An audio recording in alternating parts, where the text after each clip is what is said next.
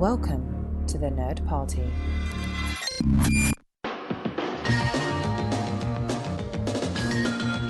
Hello and welcome to Great Shot Kid, the Nerd Party's podcast that is dedicated to looking at the thematic, behind the scenes, and all the other great, cool stuff that goes into making the Star Wars galaxy what it is. I'm John. And I'm Mike.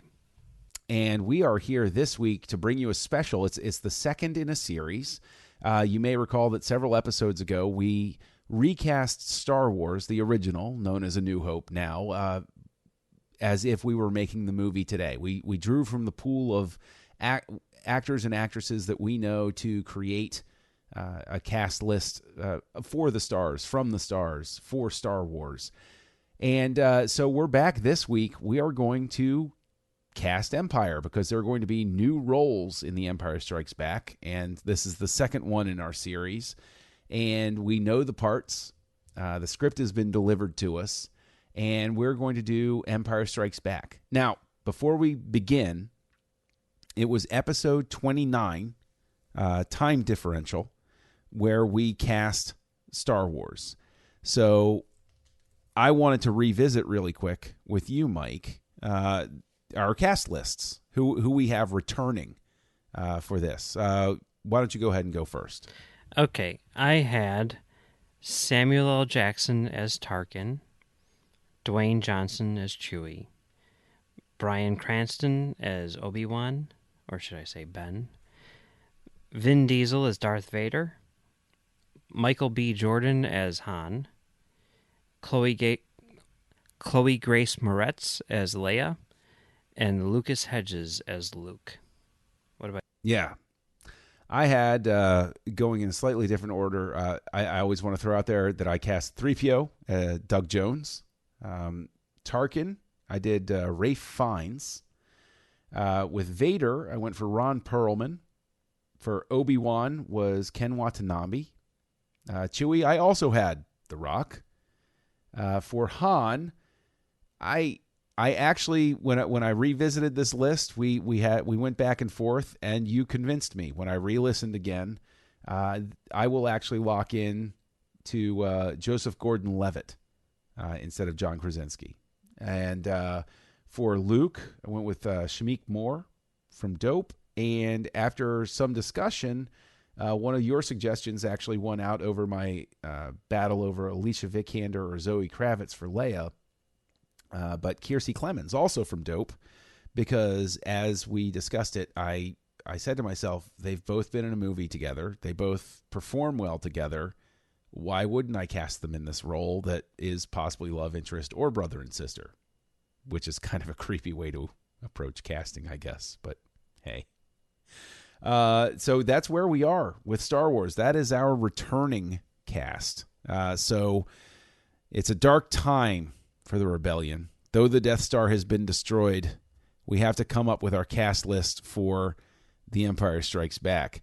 And we will be casting Admiral Ozzel, Captain/Admiral Piet, Captain Nita, the Emperor or Empress, who knows, Lando Calrissian. I put in General Rieekan because I thought of one where I was like, yeah, I got a name here. And, of course, who could forget Yoda? So who do you want to start with, Mike? Boy, yeah, I guess Captain Nita is the least significant of those guys. So significant that I haven't come up with anyone because, I don't know, at some point, it's like those Admiral guys, they all seem kind of like interchangeable, you know? Like they do. Like because Vader goes through them like toilet paper. Mm-hmm. So I almost feel like I should cast the same person as all of them, and just use CG to. Well, you don't even need to. You know. It's like it's almost like that thing on the on Robot Chicken where they're all wearing like the Groucho Marx. Oh yeah, that's right. Oh no! If he thought he couldn't choke us to death, he just pull out that lightsaber and just cut us up into pieces. Yeah. Yes. So, I agree with you that Nita. I mean, again, this gets back to something we brought up with the last one, where it's like the odds of us knowing, like, you want a no name or you want something like that. And obviously they cast Captain Nita, and it was like, is this actor available? Have him read. Okay, cool. You're it. They didn't go searching for anyone. But in my relentless quest for great stunt casting, I would actually cast Captain Nita as Michelle Rodriguez. Okay. Because I think that if I were considering Captain Nita, he's, or she in this case, Captain Nita is too sure of their own abilities, and it causes them to overplay their hand and get killed by Vader. And I think also, and I carry this, and I openly talk about this, because of the second season of Lost, I think I frequently want to cast Michelle Rodriguez in parts where she gets killed. Okay. Because as a Lostie, I feel bad for Michelle Rodriguez, because as much as I love her in the Fast and Furious movies, I still remember her from Lost, and it makes me angry. Okay, So. yeah, I've seen the entire first season of Lost, and I've been working my way back through. I'm up to the 3-part finale of season 1, so I'll let you know about that once I get to season 2. Mm-hmm. Yeah. You will have the same reaction that everybody else did. Okay. Trust me. All right. Now, see, the thing is, Nita's a throwaway character, but Ozzel and Piet, I think that their dynamic informs a lot about the movie. I really do, because you have the aging commander who, the younger Piet sees an opportunity and, forces Ozzel in a sense into putting his reputation on the line about something that, pisses Vader off for the last time, and he kills him. So who would you cast as Admiral Ozzel? I mean, it was really tough. I don't know. I mean, because like one of the things was, like you're saying, Ozzel does have to be older than Piet, and that sort of thing. And the people that I was thinking about, because I had Piet locked down, and then every time I think of someone for Ozzel, I'm like, oh, they're younger. That doesn't work. And the person that I finally came up with is not someone who I'm, tremendously enthused by, but it was just someone who kind of came to mind, and that's Billy Crudup. Really? That's interesting. That's an interesting call. Yeah. I don't... that's what's funny is, in terms of the facial features, that'll... It sort of plays similarly to who I ended up with. So there was nothing special that pushed you over the line for Crudup? It was just age combined with look and demeanor? What was it? It needed to be someone who was, I guess, overly confident in their abilities, in a sense. I don't know, right? Tends to be a theme in the Imperial Navy. Yeah. So, whereas, I mean, Piet is much more defined as a character, I think. There's a lot more nuance in there. There's a lot more interesting stuff going on with him. But this guy, I mean, he's someone who's basically kind of a know-it-all, but he doesn't know it all, So, I don't know. For whatever reason, Crudup seemed to be good. Maybe I was thinking about him in Mission Impossible 3. I don't know, No, and that's... Speaking of that, maybe Lawrence Fishburne would be good. I don't know. Oh, Lawrence Fishburne, yeah. But I think he might be too old. Well, no. I mean, an admiral, that's like top of the food chain. And he's the admiral on the Executor, for Pete's sake. Okay. He's the admiral on the flagship that's hosting the Dark Lord of the Sith. All right. Well, then let's go with Lawrence. You're pretty much top of the food chain there. Okay, let's go with Lawrence Fishburne then. I'll go with I like Lawrence that. Fishburne. We'll make Nita Billy Crudup. Okay, that works. Okay. For Ozzel, I went with Timothy Dalton. Okay, yeah, I can see that. Yeah, just because I wanted a guy that can convey charm, but like Ozzel, Ozzel always came across to me as a guy who was used to not just giving commands, but being able to charm a superior in the Imperial bureaucracy. And Vader, I think, throws him out of his depth because he can't brown nose Vader. Vader doesn't care about any of that stuff. Like, he's used to, like, if Ozzel goes back to Coruscant, he's used to being able to glad hand people in the Imperial Security Bureau or stuff like that. And he does well at cocktail parties, but he is in way over his head when he actually has to go out and produce results. And I think that Dalton has so much just refined charm and class. And yes, it's informed by Hot Fuzz. Okay. I could easily see that version of him as Admiral Ozzel. Okay, well then if Dalton is Ozzel, then Nita has to be Brosnan and Piet has to be Craig. There you go. That would be funny. That would be hysterically funny to me. For me, for Piet, I went with John Cho. I can see that, yeah. Yeah.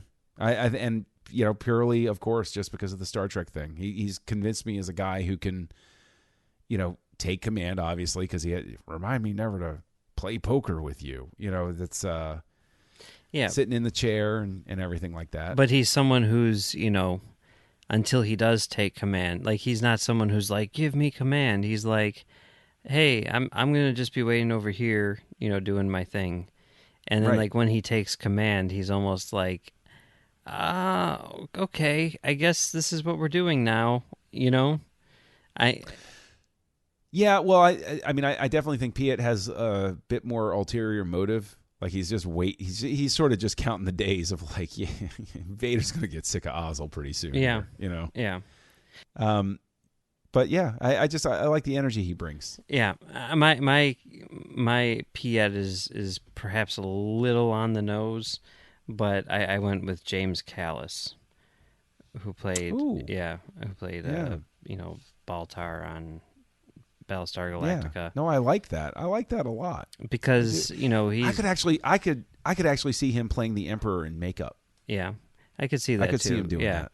But here, he's someone who's kind of like, oh yeah, he'll sweet talk you and everything, but he's gonna sort of like do his thing and not be flashy about it, Yeah. Yeah. Sure.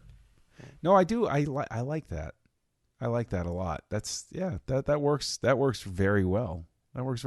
I could see him as the Emperor though. Mm-hmm. So, I could see that. Avoiding going to the three biggest roles that come into this. Were you able to give any thought to Riken? General Riken? The shield doors must be closed. Yeah. My voice has been dubbed over the wrong character. I did not give any thought to Riken. No. The only reason I included him is because while I was going through this thought exercise, in my alternate universe, Harrison Ford is still a star because he still got cast as Indiana Jones. And so I would bring him on, a grizzled old, actor that the audience can go, oh, hey, Harrison Ford. Yeah. And I could buy him as, the rebel general. Yeah, why not? Why not? That works. Yeah. Yeah. All right, so enough soft shoe. I mean, I think everybody knows that Empire is all about the Emperor, Lando, and Yoda coming on the scene. And Boba Fett. Yeah. Yeah. Boba Fett can be just, hey, you, extra, put on this suit. So you didn't cast anyone as Boba Fett? I did not. Oh, I thought we were doing Boba Fett. I did not cast anybody as Boba Fett because I literally do. Boba Fett is the voice. I mean, I could cast a voice actor, sure. I guess to me, part of me was kind of like thinking down the line too with, episode 2 and all that stuff, Yeah. But what I did for Boba Fett, since you didn't do Boba Fett, I'll just give my Boba Fett. Please. Like, I kind of thought like, okay, given his origins, his retconned origins, he's basically someone who was bred to be a soldier, right? Mm-hmm. And to me, if you're going to do that, if you're going to breed an army, clone an army,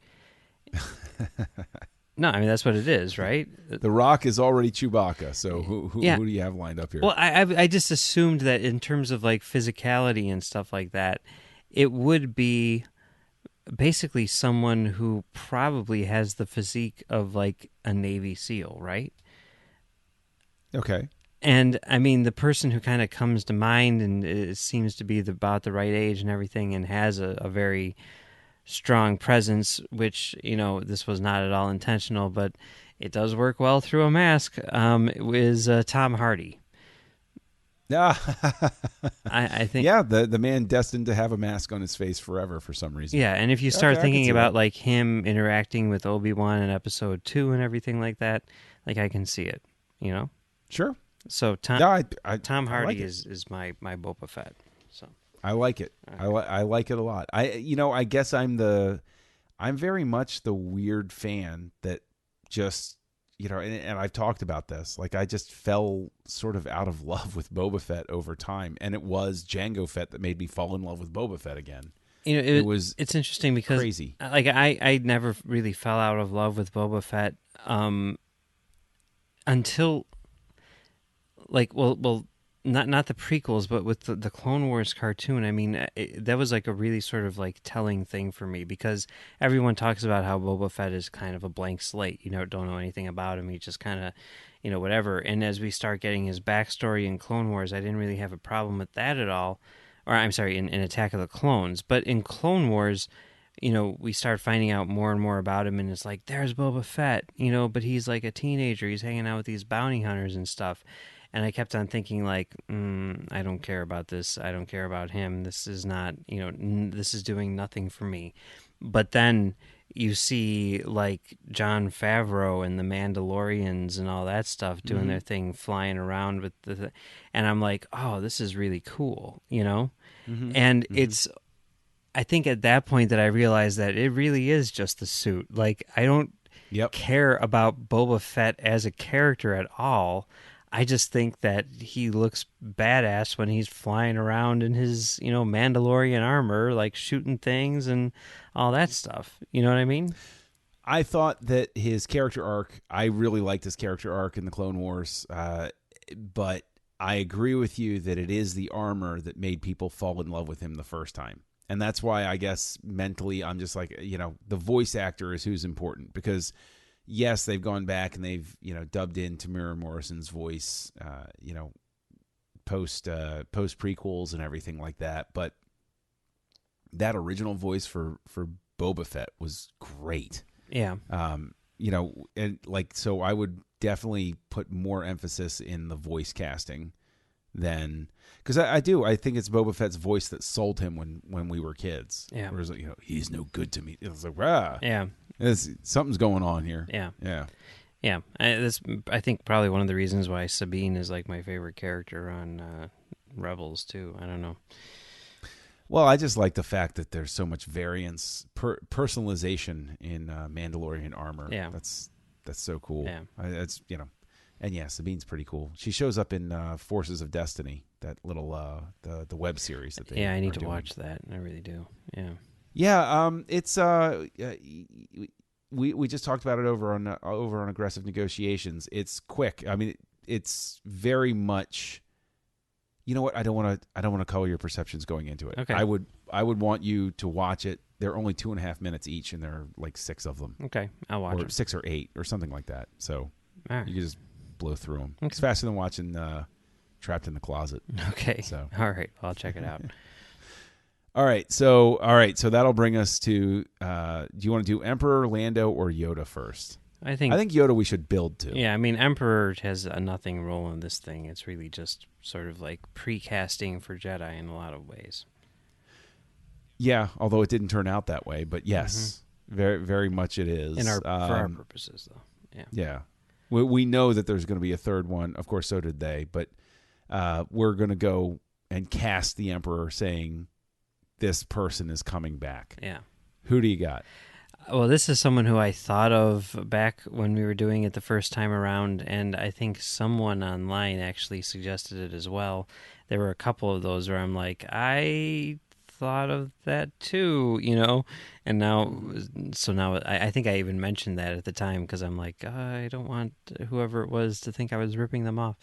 But Dame Judi Dench, I think is my Empress. Yeah. I like it, but I'm going for I'm okay.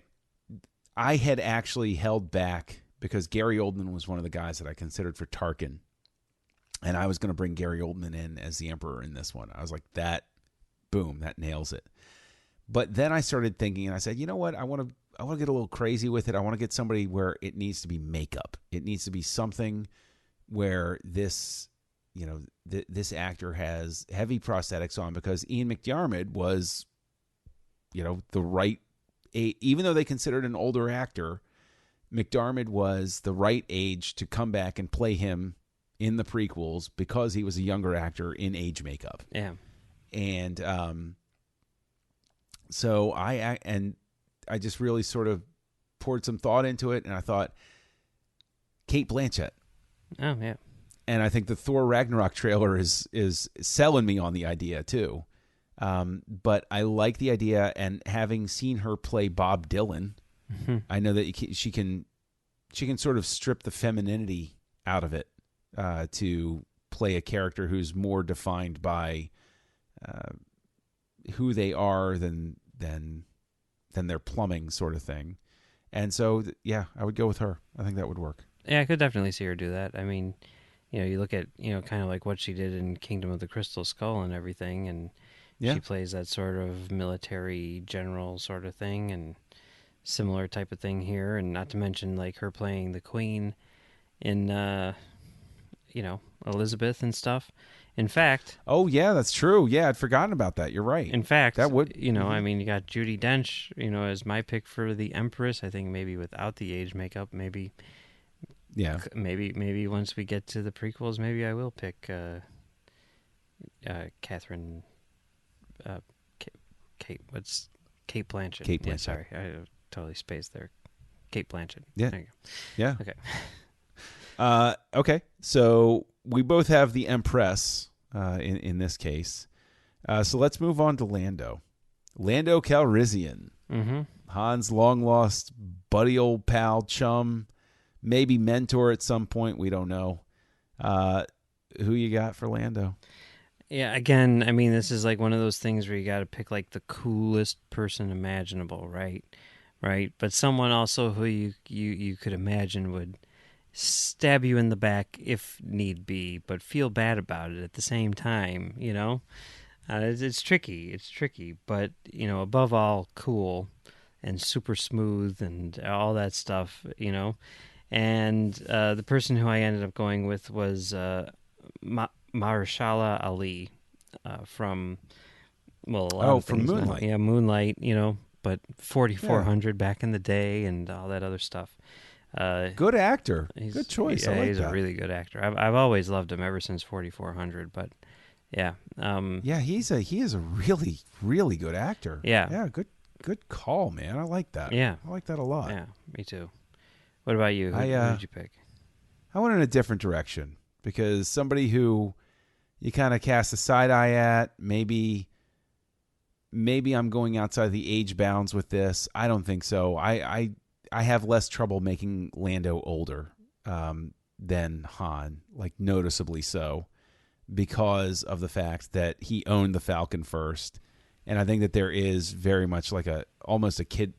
You could really get away with a kid brother vibe there of Lando being older and being like, you young punk, you took the ship, but I'm proud of you for doing it to me. Yeah.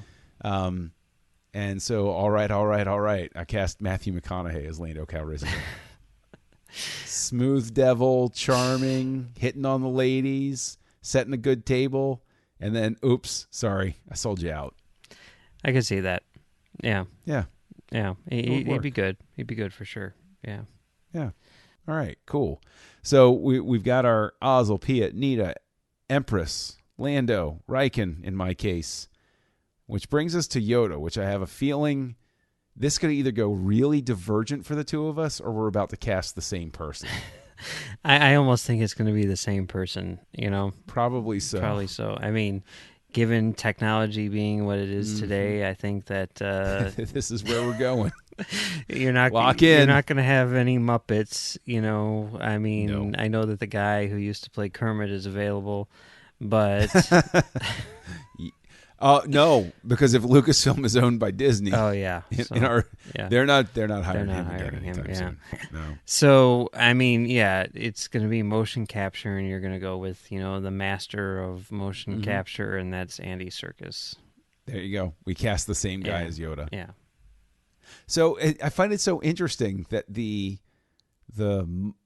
Muppet or animalistic creatures, we both hit the same. We hit the Rock with Chewie, and we hit we hit Andy Serkis for Yoda. So those are our two common points. But we would love to hear anybody else's casting of Empire, or even what you thought of ours. You can go over to thenerdparty.com/contact, look up Great Shot Kid, and go ahead and drop us a line. While you're there on nerdparty.com, look at any of our other shows. We've got a great wide range of shows.